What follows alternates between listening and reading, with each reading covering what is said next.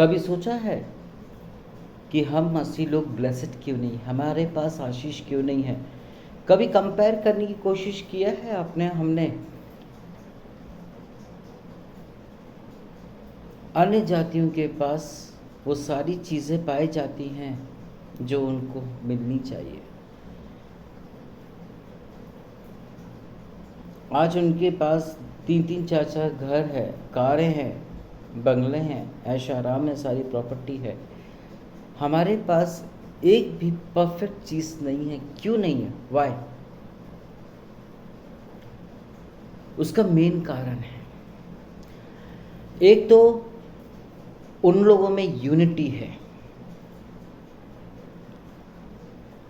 अगर कुछ भी बात होती है वो लोग एकजुट, एक मन, एक चित्त हो जाते हैं।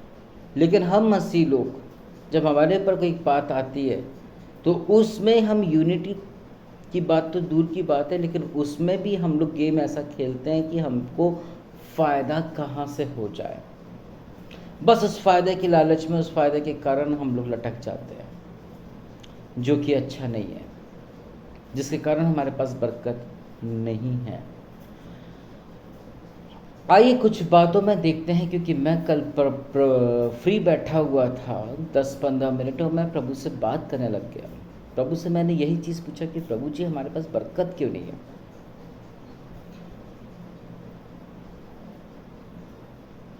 प्रभु ने मुझे बहुत सरल लैंग्वेज में बहुत अच्छी चीज़ बताया। पहला,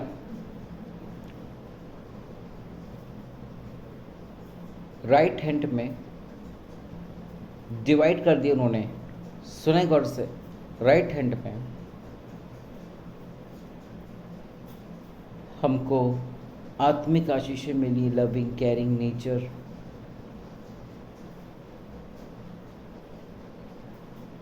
लेफ्ट हैंड में हमें संगीत का दान मिला, सबसे अच्छा बेस्ट हमारा म्यूजिक है।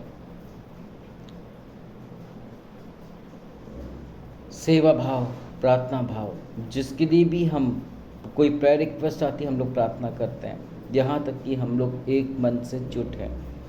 यहाँ पर भी नहीं है, कई लोगों के पास प्रार्थना करने का मन भी नहीं है। इसी कुछ पॉइंट्स मुझको प्रभु ने बताया। उससे पहले मैं एक बात और बताना चाहूँगा कि हम मसीह लोग के सबसे पहले स्कूल, कॉलेजेस, अस्पताल हुआ करता था, जहाँ पर कि हमारी बहनें, नर्सेस, क्रिश्चियंस, ये लोग प्रभु की इबादत किया करते थे। ये लोग लोगों की सेवा करते थे निष्ठा के साथ, सच्चाई, ईमानदारी के साथ। अब वो चीज़ नहीं रह गई। अब जो बातें हुई प्रभु के साथ, अब वो देखिए वो 5 कौन सी बातें हैं जिसके कारण हमारे घर में ब्लेसिंग्स नहीं है, जिसके कारण हम लोग कभी प्रॉब्लम में पाए जाते हैं। पहला तो ये कि हम सैलरी पर कभी भी प्रार्थना नहीं करते। आया, खुश हो गया, घर में बताया, बात आई गई होगी। एंड द सेकेंड पॉइंट, प्रार्थना के लिए, प्रभु के लिए पैसा हम नहीं निकालते। जैसी सैलरी आती है, बीवी बच्चों की डिमांड, घर की नीड्स, गैस, खाना पीना, बिजली का बिल, पेट्रोल, डीजल, सबका पैसा अलग हो जाता है। लेकिन प्रभु का पैसा कभी नहीं होता है। इसी कारण वो पैसा हमारे फटी हुई झोली में चला जाता है। और वो फटी हुई झोली कौन सी है? पैसा तो जाता है वहाँ पर, यानी कि बैंक में, गूगल पे में जाता तो है। प्रॉब्लम ये है, हम प्रभु के लिए पैसा नहीं निकालते तो प्रभु खुद से हमारा नुकसान खुद से हो जाता है और प्रभु देखता है।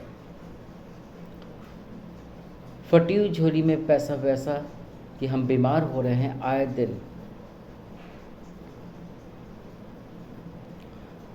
गाड़ी खराब हो रही है,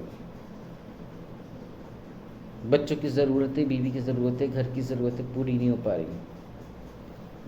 क्योंकि कारण ये कि हमने पैसा निकाला ही नहीं प्रभु के लिए, जिसके कारण प्रभु को प्रभु का भाग नहीं दिया, जिसके कारण हम अनब्लेस्ड पाए जाते हैं। एंड थर्ड इज, प्रभु के भवन में पैसा नहीं देते।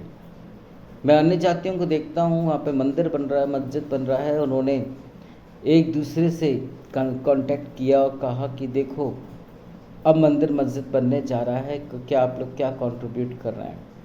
कोई बोलता है हम ईंट ला रहे हैं, कोई बोलता है रेत ला रहे हैं, कोई बोलता है दरवाज़ा ला रहे हैं, कोई पंखा, कोई प्लम्बर, हम लेबर की सैलरी दे रहे हैं, हम प्लॉट दे रहे हैं, हम बिल्डिंग बना रहे हैं।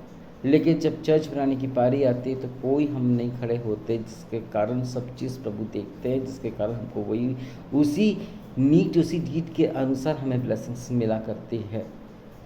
अपनी सोच अपने विचार को बदल डालें आज और अभी इसी वक्त से, और प्रभु के पीछे बोले सच्चाई ईमानदारी के साथ, यदि आप चाहते हैं कि प्रभु आपको आशीष दे। हालेलुया, प्रभु की स्तुति हो।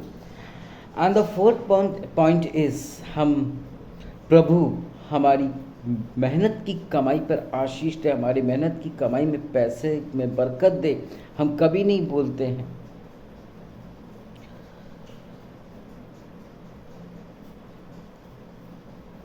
या हम प्रभु के लिए कोई पैसा नहीं निकालते, जिसके कारण हमारे पास ब्लेसिंग्स नहीं है। सांसारिक ब्लेसिंग्स की बात कर रहा हूँ जो हमारे पास नहीं पाई जाती है। क्यों नहीं पाई जाती, वो यही कारण है।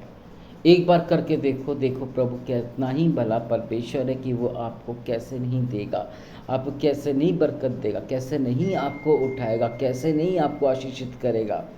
वो तो खुद कहता है अपने कलाम में, परख के तो देखो। और वचन एक तरफ से ये कहता है कि वो किसी का कर्जदार नहीं है, हम बल्कि एक दूसरे के कर्जदार हैं जो कि मुंह छुपाए भगते हैं। यदि हम प्रभु के साथ सच्चाई ईमानदारी निष्ठा के साथ रहते हैं तो I am telling you very truth my dears कि हमको किसी से उधार मांगने की ज़रूरत नहीं पड़ेगी। एक सिस्टर को मैं पता जानता हूँ कि उनको बहुत लोगों की मदद किया करती थी, बहुत लोगों की मदद। आज जब उनको पैसों की ज़रूरत पड़ी नहीं, क्योंकि मैंने उनका जीवन देखा है। जब वो आराधना कर रही हैं तो उनकी आवाज़ नहीं निकल रही है, इवन ऑनलाइन में ऑफलाइन में भी निकल नहीं रही है। और जब दूर दूर से लोग आए हुए हैं तो उनके सामने वो बैठ कर के मोबाइल चला रही हैं। उनके पास इतना सेंस नहीं है कि सामने वाला क्या सोच रहा होगा, वो लोग क्या सोच रहे होंगे उनके लिए। भैया हम तो इतनी दूर से अपना समय निकाल करके इनके भवन में आए हैं, प्रभु के भवन में आए, इनके टावर में आए, इनके चर्च में आए और ये हमारे साथ ऐसा कर रहेंगे।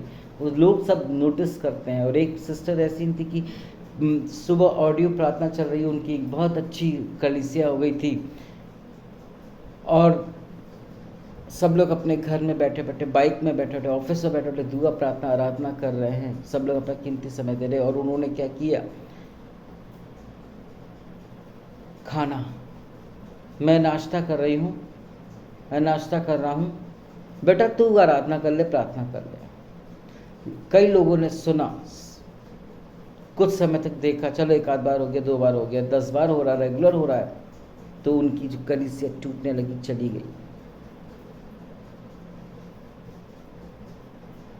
गई, सब खत्म हो गया। 4-5 गिनती के बच्चे। जड़, मेन पॉइंट, हम खुद हैं अपनी कलीसिया को बिगाड़ने वाले। हम गलत होने के बाद भी अपनी कलीसिया के लोगों को बोलते हैं कि आप लोग यहाँ वहाँ मत जाओ, दूसरे की कलीसिया मत जाओ, जबकि वरन प्रभु कहते हैं कि अंत के दिनों में मेरे लोगों से मेल मिलाप करते रहो ताकि कोई तुमको भरमा ना पाए। जैसे कि यहोवा विटनेस, होली वाले, 7 डे एडवेंचर्स वाले, और एक शैतानों का चर्च भी और जगह खुल चुका है। इनफैक्ट प्रभु ने, हम कभी प्रभु से ये नहीं कहते कि प्रभु पैसों में बरकत दे।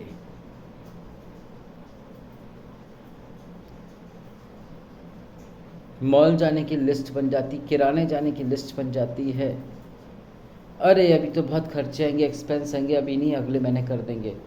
हम ऐसे करके अपनी ब्लेसिंग्स को रोक डालते हैं, जिसके कारण हमारा काम डल जाता है। ये 4-5 पॉइंट्स हैंगे। हमारी कलीसिया क्यों टूट रही है, हमारा घर क्यों टूट रहा है, हमारे बच्चे हमारी क्यों नहीं सुनते हैं, हमारी पति हमारी पत्नी के बीच में अनमन क्यों है, रीज़न यहीं पर है। बहुत सारे लोग हैं जो कि अपनी मनमानी करते हैं, जिसके कारण वो अपने मुंह की खाते हैं। माय डियर्स, यदि आप लोग ऐसा करते हैं तो सोच के समझ कर के छोड़ दो और आगे बढ़ जाओ, क्योंकि प्रभु आपको आशीष देने वाला है। इस मंथ मेरी प्रोफेसी है कि प्रभु आपके लिए बहुत अच्छा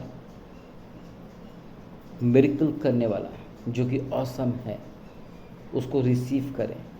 प्रभु आपको आशीष दे। हालेलुया।